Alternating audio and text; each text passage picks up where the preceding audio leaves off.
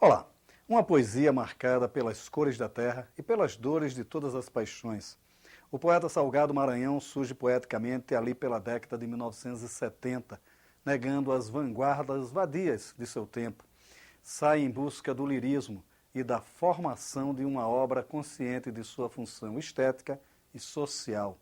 E é este o tema de nossa entrevista de hoje. Na Dica de Leituras, a renovação da análise acadêmica. A gente conversa sobre os ensaios Passagem de Calabar, de Leila Mícolas, e Graciliano Ramos, um escritor-personagem, de Maria Isabel Brunac. Mas antes a gente conversa com Salgado Maranhão.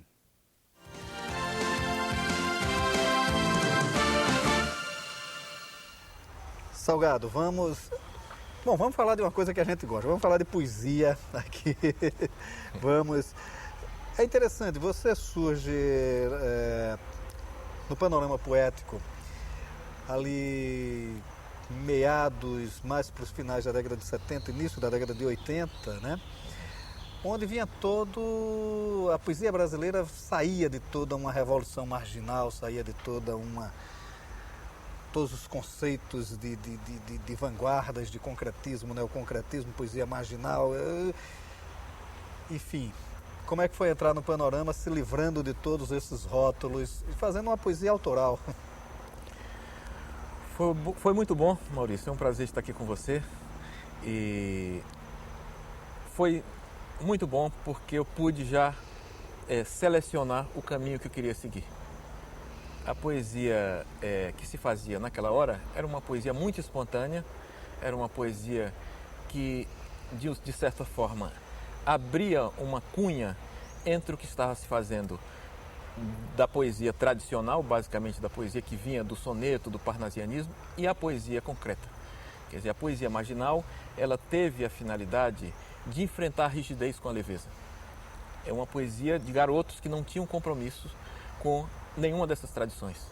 Então começou-se a se fazer, e de uma certa forma essa poesia arejou os dois lados, porque voltou à poesia do discurso, a poesia discursiva, porque aqui a poesia concreta, de um certo modo, rejeitava. Isso voltou a partir de novas bases. Eu pude conviver com isso, porque vindo da poesia, de uma certa forma, conhecendo essas tradições, vindo da poesia tradicional, porque meus primeiros mestres de poesia foram os mestres neoparnasianos, neossimbolistas, que escreviam sonetos e tudo, que me ensinaram a técnica do verso.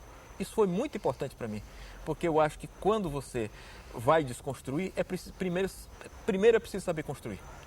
E eu aprendi isso, mas convivi também com o outro lado, através do Torquato Neto e através da música popular que chegava que nós admirávamos, a música da poesia que vinha da Tropicália e dos poetas da Tropicália, com o concretismo. O Torquato me apresentou os concretos. E aí eu pude fazer cotejar esses dois caminhos e sair daí, tirar meu próprio caminho disso aí. Quando eu cheguei, junto com meus pares, na poesia marginal, eu já sabia o caminho que eu queria seguir. Eu não queria fazer nem aquela poesia na perna, livre de liberdade do verso, mas sem rigor, e nem eu queria seguir nenhuma das tradições antigas. Eu queria seguir meu próprio caminho. Isso foi bom para mim, porque eu também exumei lá de trás a tradição da literatura de cordel.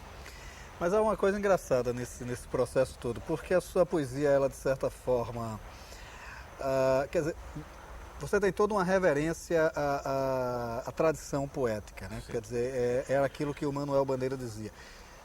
Mais do que dizia, ele fazia. Ele indiscutivelmente era o maior conhecedor de poesia deste país, era o cara que tinha a maior conceituação.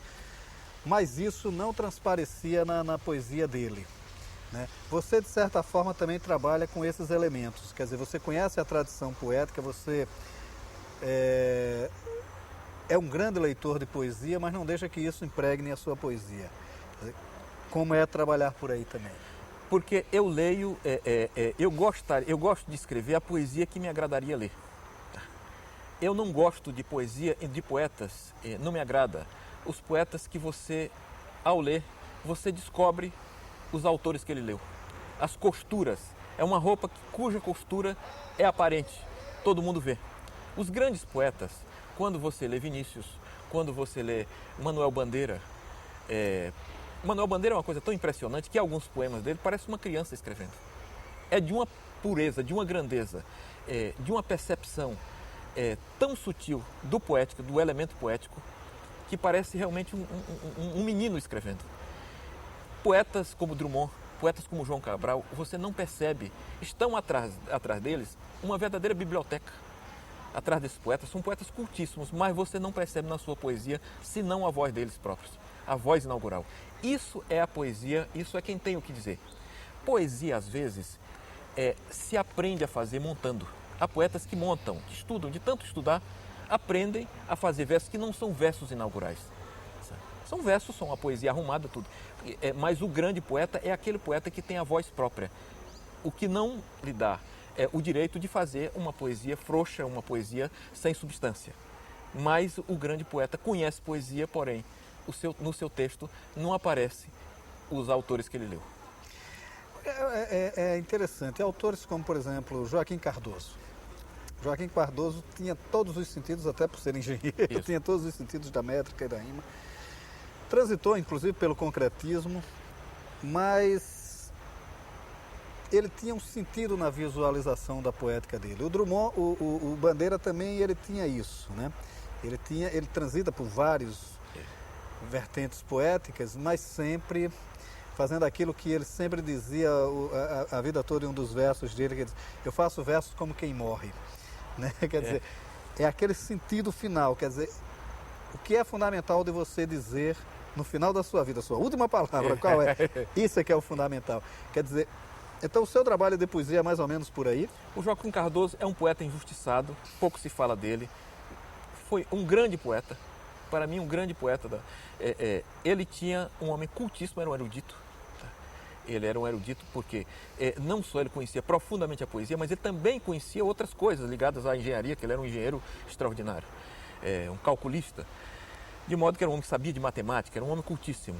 Mas a sua poesia era de uma leveza parecida com a leveza de Manuel Bandeira. E foi um grande influenciador de João Cabral de Melo Neto. Ele foi um mestre para João Cabral de Melo Neto. E minha poesia também passa por aí. Ele é um poeta que eu tenho na minha casa, um poeta que eu leio de vez em quando. Inclusive cito epígrafes do Joaquim Cardoso em livros, alguns dos meus primeiros livros eu cito o Joaquim Cardoso, tal a admiração que eu tenho por ele. Mas eu tenho essa mesma visão também da poesia, da leveza, apesar de todo o conhecimento que você possa ter. O Manuel de Barros falou uma coisa muito interessante, que ele disse que a questão do desaprender. Você tem que desaprender. Tá? Você tem que saber. Os mestres chineses orientais dizem o seguinte, os mestres das artes marciais, e eu treino e sou ligado a essas coisas. Um grande mestre chamado Sun Lutang diz o seguinte, depois que você chegar ao grau mais alto de conhecimento do saber, da percepção extrasensorial, do conhecimento de tudo, esqueça e passe a viver como o mais comum dos mortais. Agora, é sempre um exercício complicado o exercício da poesia, porque a poesia aparentemente, e sobretudo depois do verso livre, aparentemente tornou-se uma coisa fácil de se fazer, né? Quer dizer, você junta ali 3, 4 frases e acha que fez um grande poema, né? Uma tradição poética oriental, que é o haikai, é outro drama, porque todo mundo acha que pode escrever 3 linhazinhas e diz está feito um haikai. E não é bem por aí a coisa. Como é que, enfim, o poeta chega a definir o que verdadeiramente é um sentimento poético? É uma coisa absolutamente sutil. É quase uma possessão. Muita gente discute a questão da inspiração. Não é bem o que se pode dizer que inspiração, pode ser que essa palavra esteja caduca. Mas há um estado de espírito, e há pessoas até como Goulart que diz que não é uma pessoa, um poeta que professe essa coisa da inspiração, mas ele também acha que a gente tem que ter um estado de espírito para escrever poesia. A poesia não chega quando quer, quando a gente quer, mas quando ela quer. Por isso a gente tem que estar nesse estado de espírito. O que acontece é que pelo fato de se, na prática do verso, a gente aprender a fazer, isso é uma coisa arriscada, porque poesia não se aprende. Cada poema é diferente do outro. Cada poema você tem que zerar e começar tudo de novo. E aí você começa a produzir em série. E isso é o que aconteceu com o haikai. O haikai se vulgarizou. Eu conheço poucos que fazem bem aqui no Brasil. Conheço a Olga Savaril, o Milo Fernandes faz muito bem. Carlos de Muro é um haicaísta ótimo da nova geração. Então, conheço poucos que fazem bem, porque vulgarizou-se esse modelo de fazer, porque é fácil, aparentemente fácil, aí todo mundo acha que pode fazer. Poesia se faz, tem que se fazer com a técnica do verso, mas com o estado de espírito. Você tem que estar. A poesia sai, porque senão sai verso, mas não sai poesia. Há uma coisa curiosa também, porque sempre a música popular acabou tomando para si a poesia, né? Você tem grandes poetas como letristas, né? E é uma experiência curiosa, porque no seu caso, por exemplo, você faz música de parceria. Sim. Quer dizer, então, onde é que a inspiração entra aí? Como é que você trabalha essa questão da música popular? Como é que você faz uma letra de música, né? Como é o desafio aí, então?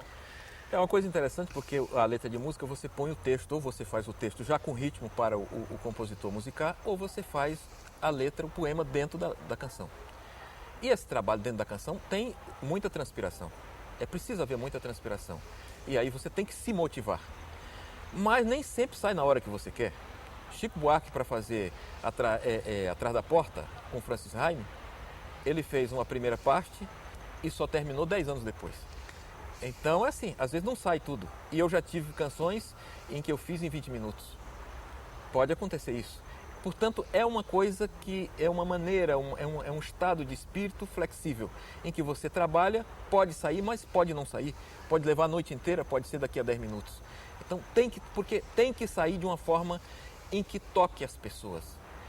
Você sabe quando um verso está carregado, que está turbinado de sentimento, turbinado dessa capacidade de tocar os outros. Você sente isso.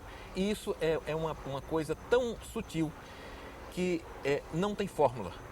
Cada um tem que achar o seu time. Isso é como uma comida. Cada um que faça o seu tempero. Agora, uma coisa também curiosa é o seguinte,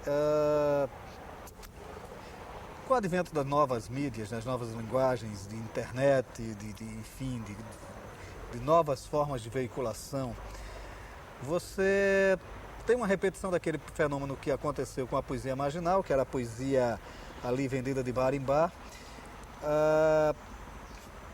mas outra vez ela vem, me parece, pelo menos do que eu tenho lido, vem com o grande pecado da poesia marginal, que era pouca leitura poética, sim, o pouco conhecimento poético. Você tem lido esses novos poetas? Como é que você tem visto o panorama poético brasileiro hoje? Está se produzindo muito, tá? Mayakovsky dizia uma coisa: ao fim de uma geração, de 100 poetas sobram 5. Tem muita produção e é assim que ocorre mesmo. Muita gente escreve, mas poucos poetas são realmente bons e têm voz própria. Se a poesia desse dinheiro, talvez tivesse mais ainda. Não dá dinheiro e ainda assim tem muitos poetas. Todo mundo acha que pode escrever boa poesia, mas sem leitura e sem vocação para a poesia é uma vocação especial, particular. É um jeito de ver a vida com uma certa torteza que nem todo mundo tem. Então, essa torteza é naturalmente definidora.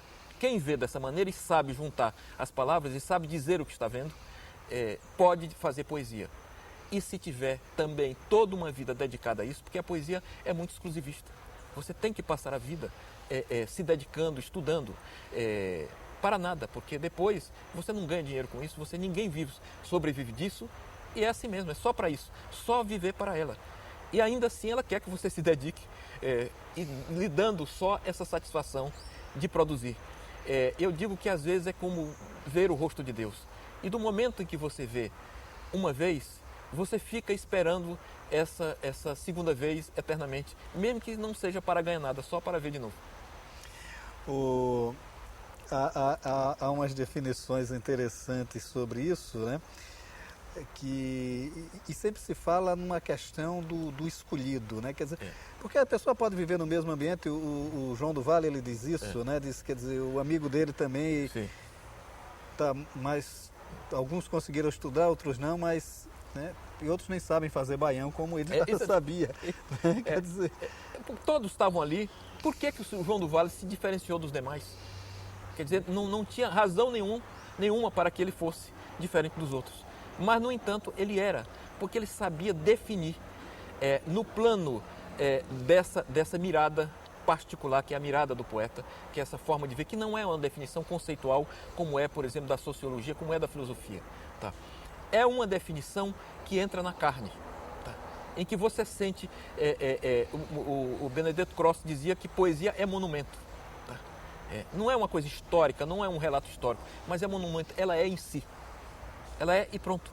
É uma definição que mesmo você não sabendo o que é aquilo, mas você sabe que aquilo é bonito. Porque você vê que ela toca, a poesia toca das pessoas mais simples às pessoas mais cultas. E cada um tira dela o que pode tirar. Agora, esse empobrecimento que a gente tem observado na poesia mais formal, ele acaba se refletindo também na música, porque, sei lá, você já não vê um João do Vale, talvez seja um comentário saudosista, mas enfim, também a música me parece que, pelo menos aquela que toca no rádio hoje, não tem tido não tem mantido essa certa fortaleza da tradição da poesia musicada brasileira. Você tem visto isso? Você tem acompanhado de certa forma? Houve realmente, eu até recentemente escrevi uma crítica para o Jornal do Brasil falando sobre um livro de um escritor americano chamado Charles Perrone, que ele escreve sobre a poesia brasileira, tradutor, ele é professor da Universidade da Flórida, e ele escreveu um livro, Letras e Letras da MPB, que é um livro que trata justamente, saiu pela Booklink, trata sobre isso, sobre a questão das letras, e fala muito dos letristas da Tropicália e de Vinícius de Moraes. Quer dizer, o nível a que chegou a letra do Brasil, a letra de música, na década de 70, foi um nível altíssimo. Mas, a partir daí, depois do pessoal do rock da década de 80, caiu muito a qualidade da música, das letras de música. Eu acho que o pessoal passou a ler pouco e a música caminhou na direção do ritmo, mais do ritmo do que das palavras. E muita gente, se você não lê, se não há troca com a experiência dos que já viveram aquilo e que fizeram melhor do que você e que fizeram antes de você não tem o que dizer. É preciso encher o seu caldeirão de palavras. É preciso conviver com os mestres, com aqueles, saber dizer. Não basta só ter a vivência empírica, mas é preciso ter a vivência culta também. Ler os livros, e isso é o que está acontecendo. As letras de música, atualmente, são muito mal escritas, porque a música que faz sucesso é muito ruim, é de muito baixa qualidade. E essa música de baixa qualidade, com exceção do hip hop, que tem uma outra coisa, por exemplo, o pessoal do Racionais MC, do Mano Brown, eles têm coisas interessantes. Mas fora disso, tem pouquíssima, não tem aquela quantidade que tinha na década de 70, de grandes letristas como o Aldir Blanc, o Fausto Nilo, Paulo César Pinheiro, Sérgio Natureza, os letristas de Minas, do Milton Nascimento, o Márcio Borges, o Fernando Brandt, Ronaldo Bastos. Então havia uma quantidade imensa, o Geraldo Carneiro, que também é letrista, o Antônio Cícero, não havia essa quantidade e de qualidade, e dessa qualidade. Agora é muito pobre, porque empobreceu-se tudo de um modo geral. Você está se preparando para lançar a sua poesia reunida, né? Duas perguntas que me inquietam. Claro que você acabou revisitando esses textos todos para organizar o volume. Como é que foi essa revisita e as suas letras de música acabam tendo espaço nessa poesia reunida? Olha, eu confesso que fui cruel. Eu revisitei e fui duro comigo mesmo. Foi um olhar prescrutador, um olhar duro, mas gostei do que fiz e não poderia ser diferente. Eu não estou publicando tudo. Tá? Provavelmente, se eu fosse juntar letra de música e mais alguns poemas que ficaram de fora, alguns até que as pessoas gostam, e me desculpem aqueles que eu decepcionei nesse sentido, mas eu quis oferecer o melhor. Teria talvez mais umas 150 páginas num livro que vai ser um livro de 400 páginas. Mas eu acho que eu escoimei o que eu acho que não é o que eu gosto agora, atualmente, e esse livro vai vir como eu gosto, chama-se A Cor da Palavra. e estou muito satisfeito com o resultado. Vai sair até agosto. Vai estar. E tem um outro livro de inédito que vai estar dentro desse volume das 400 páginas. Vai ter um livro inédito chamado A Pelagem da Tigra. Vai sair pela editora Booklink. Então o outro, ainda estou negociando a editora. A Cor da Palavra, que é a poesia reunida, ainda estou negociando com a editora. Mas vai sair um livro do jeito que eu gosto. Estou muito satisfeito com o resultado. Que ótimo. Salgado, muito prazer em encontrar você aqui no Leituras. Ó, eu fico satisfeito porque eu estou no Leituras sempre, como espectador. Eu acho para mim o melhor programa de livros que a gente tem. A gente tem poucos, deveríamos ter mais, mas o seu programa é extraordinário porque você é um entrevistador, um jornalista que sabe de literatura, que conhece literatura. Então é um prazer, a gente se sente em casa na sua companhia. Obrigado.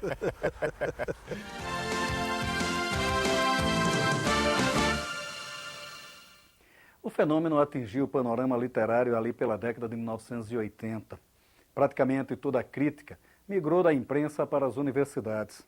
Em princípio, perdeu a análise, que ganhou um tom formal e até pedante. Passadas as primeiras turbulências, também essa vertente analítica busca conquistar novos leitores, assumindo uma linguagem mais leve e até legível. O texto da poeta e ensaísta Leila Nichols, autora de Passagem de Calabar, lançado pela Top Books em parceria com a Academia Brasileira de Letras, é um bom exemplo. Nele é feita uma longa viagem sobre o poema dramático Calabar, de Ledo Ivo. A estrutura do poema dramático é filha da ode e da epopeia. Nele se busca dissecar um tema em todas as suas variantes. Assim, Ledo apanha a figura histórica de Calabar e faz toda uma reflexão sobre o sentido real da palavra pátria. Leila, entendendo bem todas as intenções do texto, vai alicerçando com arte e conhecimento os patamares de sua grandeza. E é dessa forma que situa o poeta alagoano no contexto exato em que ele deve ser lido. Ledo é hoje um dos mais sólidos criadores de nossa literatura. E Leila, com razão, nos salienta essa justiça. Fazer justiça à pujança de um verdadeiro escritor é uma atividade inesgotável. Vejamos o caso de Graciliano Ramos. Muito já se falou de sua obra e incontáveis são as teses escritas. No entanto, sempre há algo novo a se dizer. A professora Maria Isabel Brunac escreveu sua tese de doutorado Graciliano Ramos, um escritor-personagem, lançada pela Autêntica, a partir da leitura do romance Vidas Secas, e consegue identificar traços do homem graciliano em personagens que a rigor são sua antítese. Seria uma atitude apelativa buscar esse paralelo entre Graciliano e Fabiano? Não. A verdade é que o escritor era um sertanejo que vivenciou injustiças, que foi confrontado com um poder maior. E aí começam as aproximações com as figuras que criou. O que Isabel Brunac nos aponta, outra coisa não é senão a inesgotável capacidade do escritor em transpor para suas criações as dores que sentiu na própria carne. Enfim, uma análise serena, séria e bem escrita. As novas linguagens de nossa crítica, Passagem de Calabar, de Leila Nichols, e Graciliano Ramos, um escritor-personagem, de Maria Isabel Brunac. O Leituras de hoje fica por aqui e você também pode ficar na companhia de bons autores e bons livros. Até nosso próximo encontro.